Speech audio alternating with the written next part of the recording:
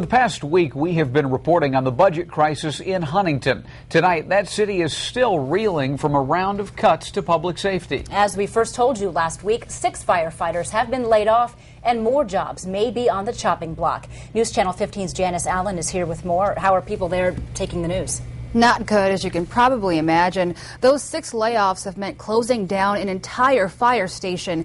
And if that's not enough, it's also tacking on an extra 2 minutes to response times.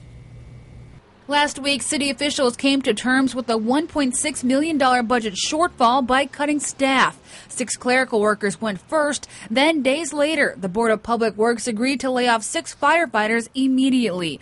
A move that saves the city about $30,000 a month, but could very well put the community in jeopardy. We've had an overwhelming response from the community and saying that they're concerned about our response times and also the adequate fire protection should they have a large house fire. Fire officials are now faced with longer response times by at least 2 minutes when leaving from the downtown station. That's because the layoffs have forced the shutdown of this station on the east end of town.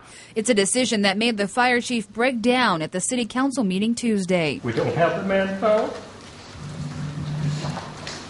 and it was done just as a safety issue, not only for my men, but for the people in the community.